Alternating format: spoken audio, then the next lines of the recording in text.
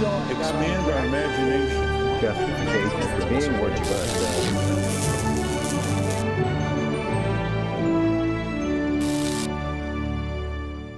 And welcome to Washington Unplugged. I'm Bob Orr. Well, it's another busy Friday, and you know what that means. We're going to start, as we often do, with our weekly series Flashpoints with our national security analyst, Juan Zarate, who joins me here at the desk.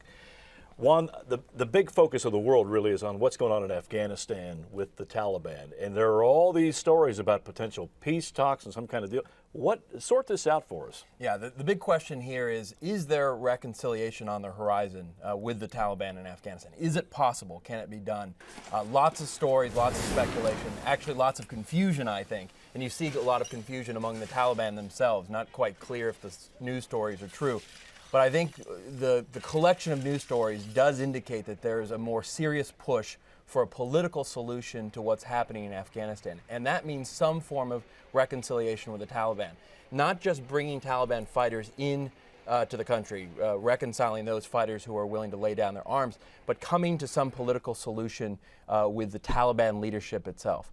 Lots of problems with that, though, Bob, as I think most people understand. First of all, the Taliban is very fractured. It's not clear that you have one single hierarchy other than the leadership of Mullah Omar, who sits in Pakistan.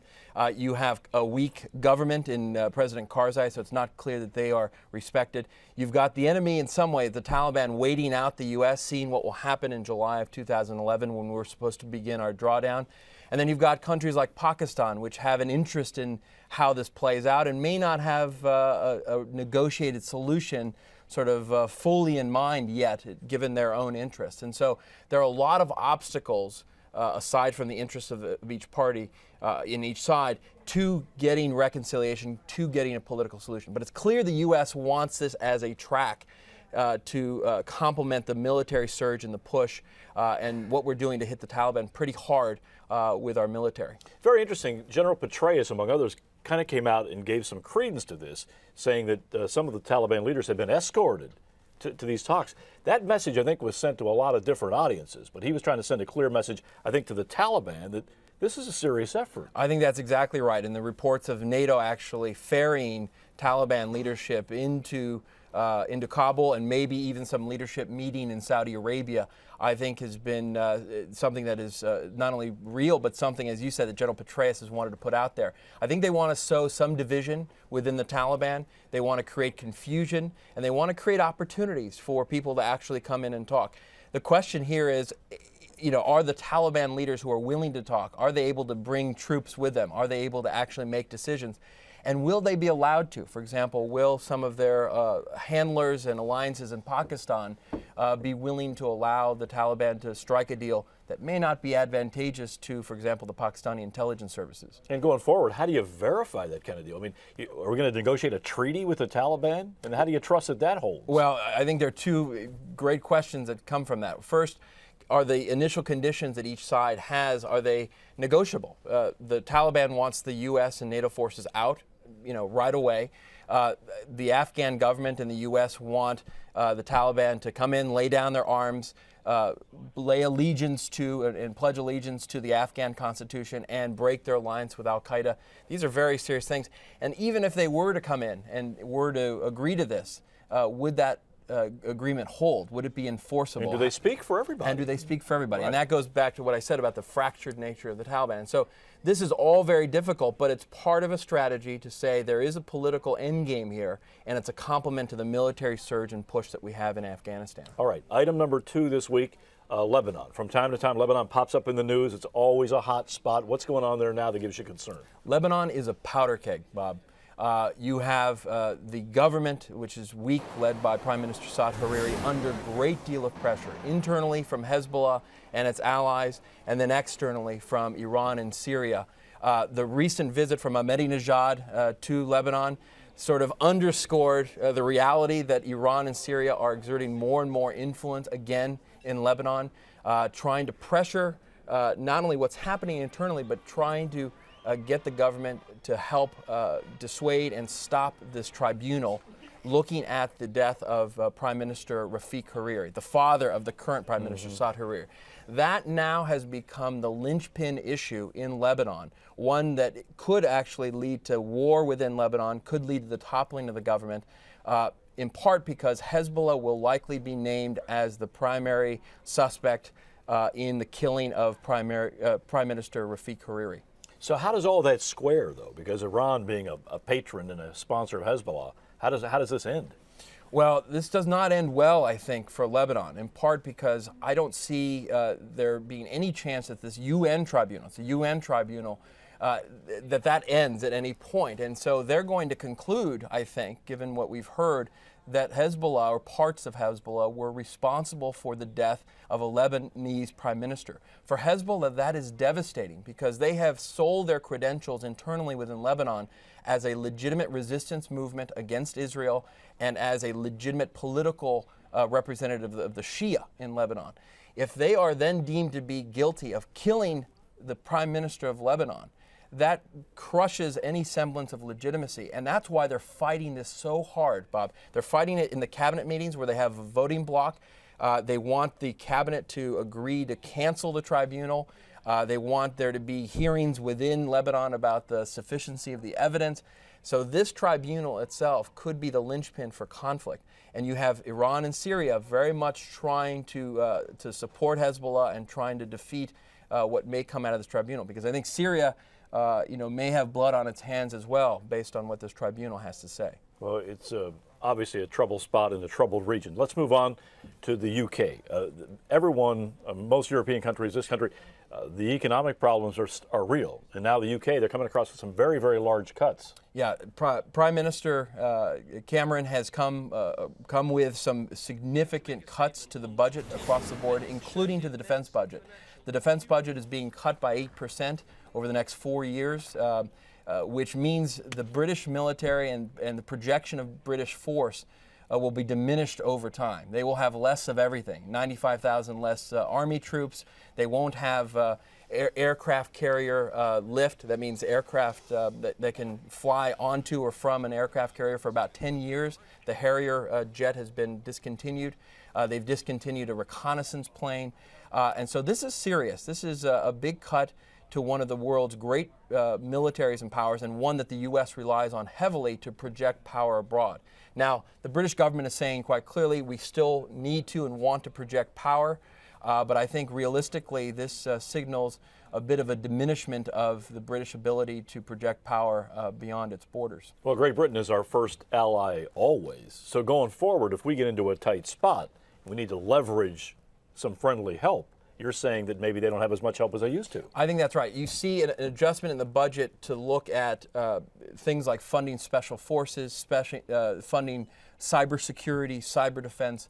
But what you do see very clearly is that the British military will not be able to sustain long-term engagements like we've seen in Iraq and Afghanistan, or engage in big, large-scale wars for a long period of time. And so if the United States were to look to the UK as a primary backer in a major conflict, for example, with Iran or China, let's say, that looks less and less likely to be something reliable. And that, as the U.S. looks at its own defense budget and cuts, as Secretary Gates has talked about, that becomes an area of worry, because the UK not only has had the resources in the past and the manpower and the equipment, but they've been willing to fight with us. And if that is diminished over time, that diminishes the U.S. ability to project force as well. And just one more point on this topic. What about the fight against terrorism? I mean, we know the UK is in the target list for major terror groups like Al-Qaeda, and they've got a homegrown problem there that's significant. Yeah. Do you suspect this kind of economic squeeze also hurts that? Well, I think it's affecting everything. I think clearly the defense budget is getting hit. The Foreign Office budget, their State Department, is getting cut by 26% over the next 4 years. Their intelligence services, law enforcement, are having to take some cuts, having to refine certain things. I know, for example, on some of their own homegrown projects, which they call the PREVENT program, they're having to reevaluate the funding for some of those programs. And so certainly how they deal with terrorism is important, but it's clear that they're trying to make the case that the defense budget cuts are being aligned with a reframed strategy. That is to look at the problems that they have today: terrorism, cyber attacks, and other things that are more asymmetric and less about grand warfare and grand programs.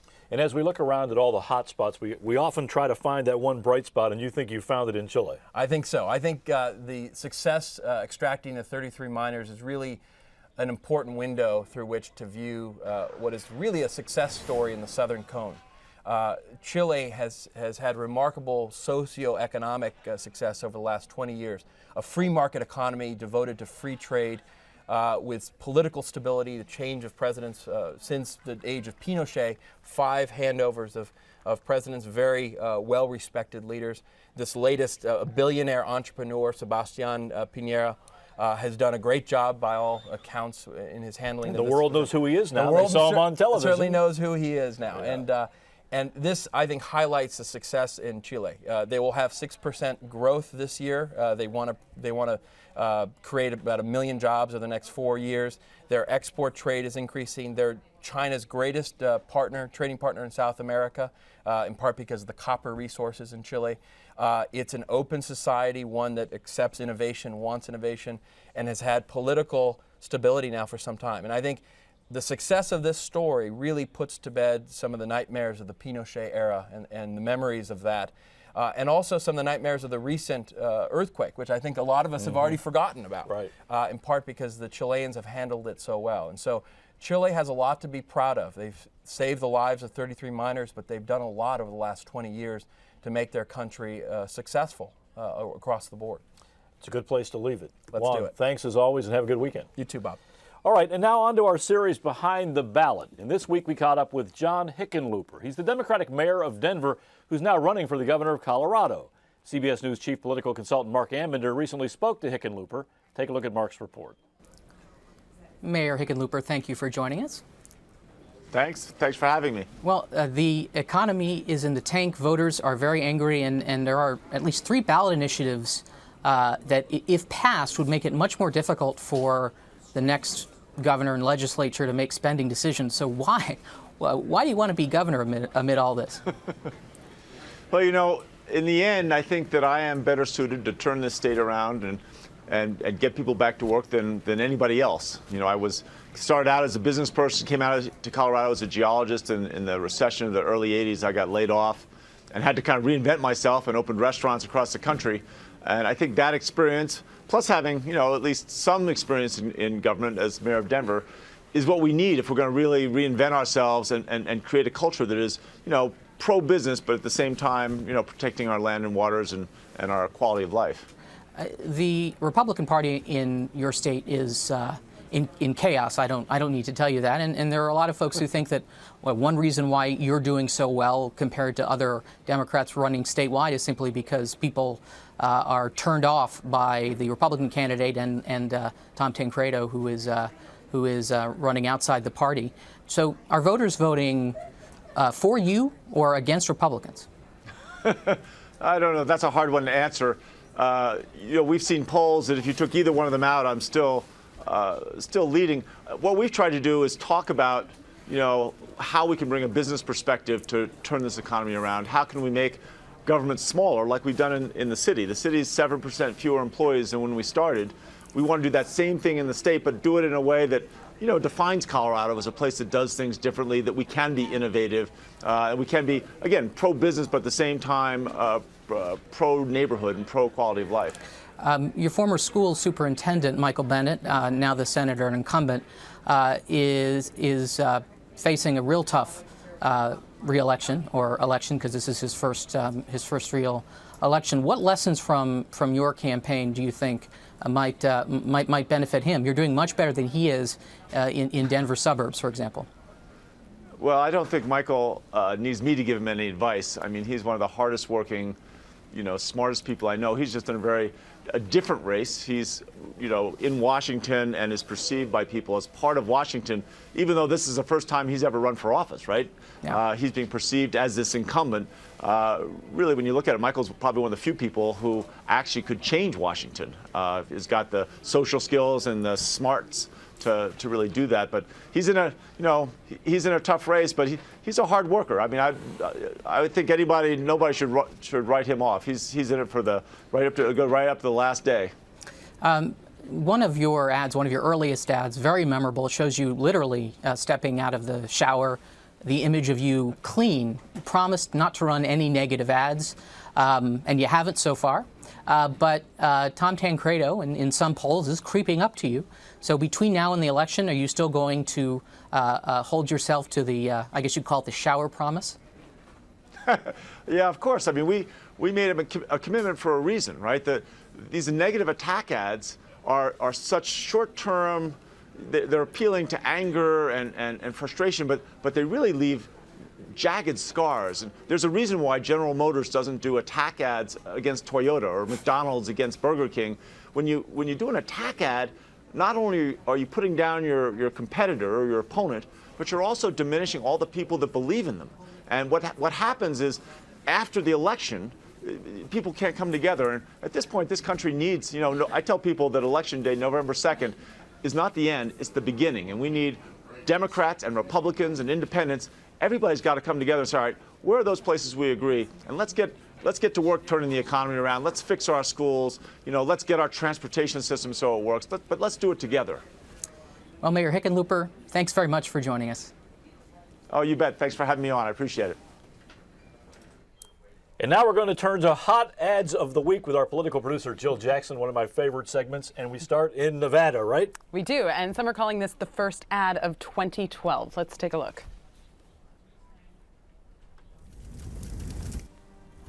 Our troubled economy isn't news. 600,000 Americans have lost their jobs since January. Paychecks are flat, and home values are falling.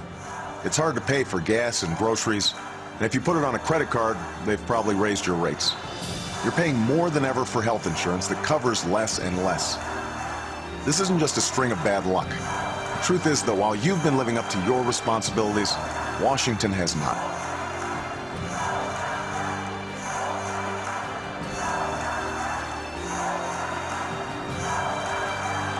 This was the moment when the rise of the oceans began to slow and our planet began to heal. This was the moment when we ended a war and secured our nation and restored our image as the last best hope on earth.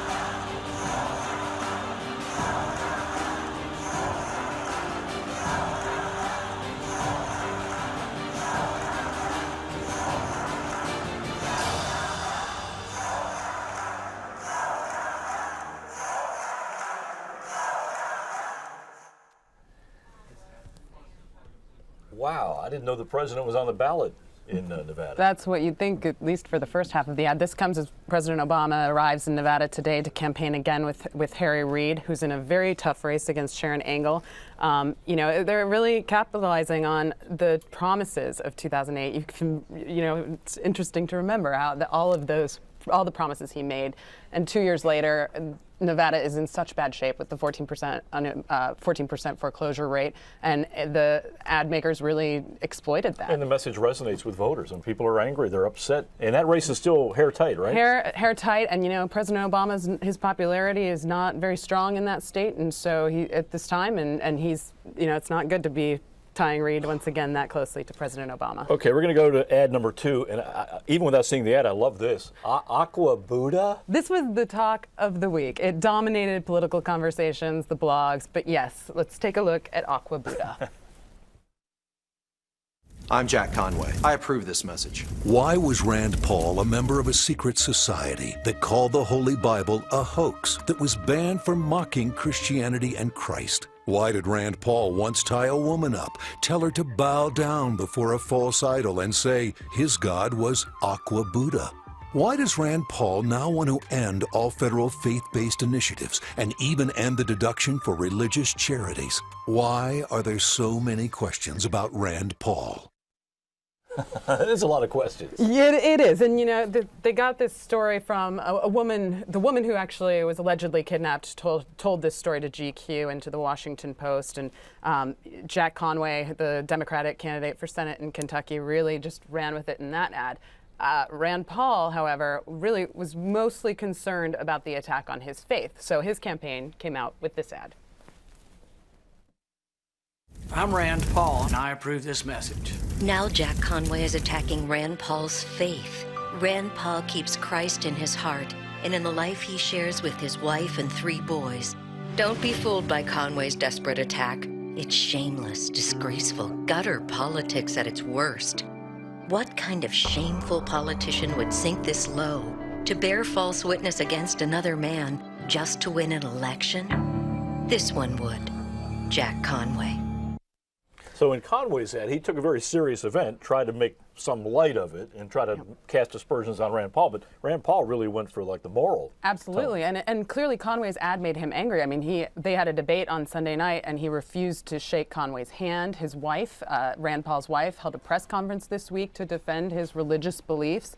They were truly offended. What's interesting, if you think about it, though, is that the election is a week and a half away, and they're talking about faith and aqua Buddhas. There's no talk about issues really at this stage in the campaign. So this Senate race is really turning into one of the nastiest. At this point, with days to go, though, it's just anything goes. Exactly. Right? No Throw holds barred. something and see what sticks. Okay, now we started with Nevada. I guess we're going to go back there. Yeah, let's go back to Nevada. This is from, Sharon Engel's benefited from a lot of outside spending from outside groups, but this ad actually is meant to help out Harry Reid, and it's from the SEIU. So this is union money funding this ad.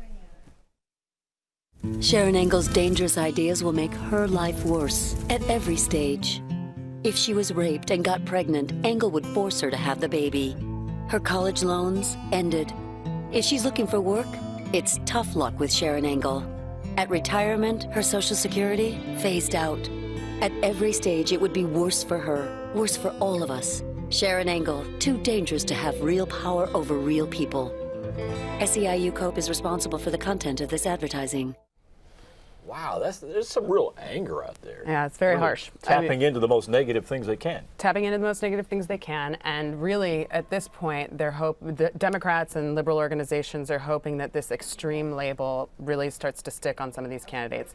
At the moment, the Reid-Engel race is still so close, so they're using fear and that extreme label to just really try and somehow change these numbers and get the Democrat ahead. But we've seen stories. Take off your ad hat now, put on your analyst hat. We're just a week and a half or so away from the election. Is it still trending very strongly to the Republicans? What do your tea leaves tell you? Everyone's seeing a little bit of tightening for the Democrats, but we haven't necessarily in favor of the Democrats, but we haven't necessarily seen that in Nevada yet. It's basically what all the analysts and even some of the organizations themselves on the Republican side and Democratic side say that it's normal for Democrats to be gaining at this point because many Democratic voters are just starting to pay attention, while Republicans had all that Tea Party energy and enthusiasm that has been keeping those voters engaged all year. Well, Tuesday night election night is going to be a lot of fun to watch. Very interesting. And a lot of nervous politicians around. Jill, thanks very much. And finally, President Obama is on a mini campaign this week, swinging through the West Coast states to stump for Democrats in some of those tight races. With a week and a half to Election Day, the White House press corps tagged along to see if the Obama magic from 2008 is still alive from places like Oregon to Minnesota. Our cameraman Don Lee gives us now a behind-the-scenes look at the White House press corps on a cross-country trip. This is the press charter. It's a little nicer than some, but it's kind of like a flying clown car or circus train. Everyone kind of is at home here for the day and for the 3 days we're going to be out. And everyone kind of makes themselves at home and relax and have food, breakfast, lunch, dinner, breakfast of champions.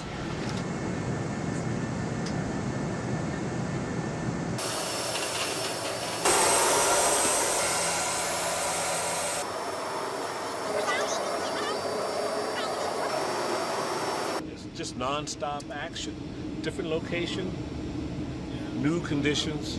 And you just have to be prepared for whatever comes up. We carry a lot of equipment with us. Some people laugh, saying maybe we take it too much, but you know what? Our job is to make sure that everything we record is done correctly. And we pretty much do it. It's a lot of fun. It's a lot of work.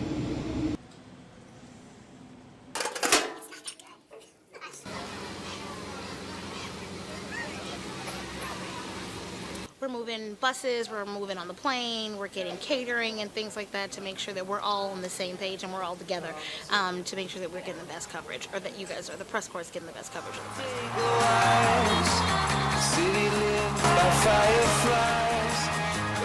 advertising in the skies for people like us. And I miss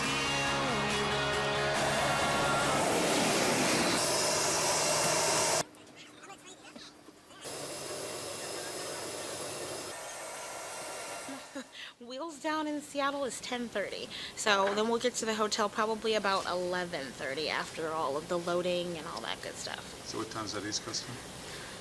What is that, 2:30 a.m.? Yeah, 2:30 a.m. and we started at 6, so it's quite a long day. The chaos of the campaign trail. Thanks to our cameraman Don Lee for that essay. And thanks to you for watching Washington Unplugged. Watch us here every day on CBSNews.com. I'm Bob Orr. Have a great weekend.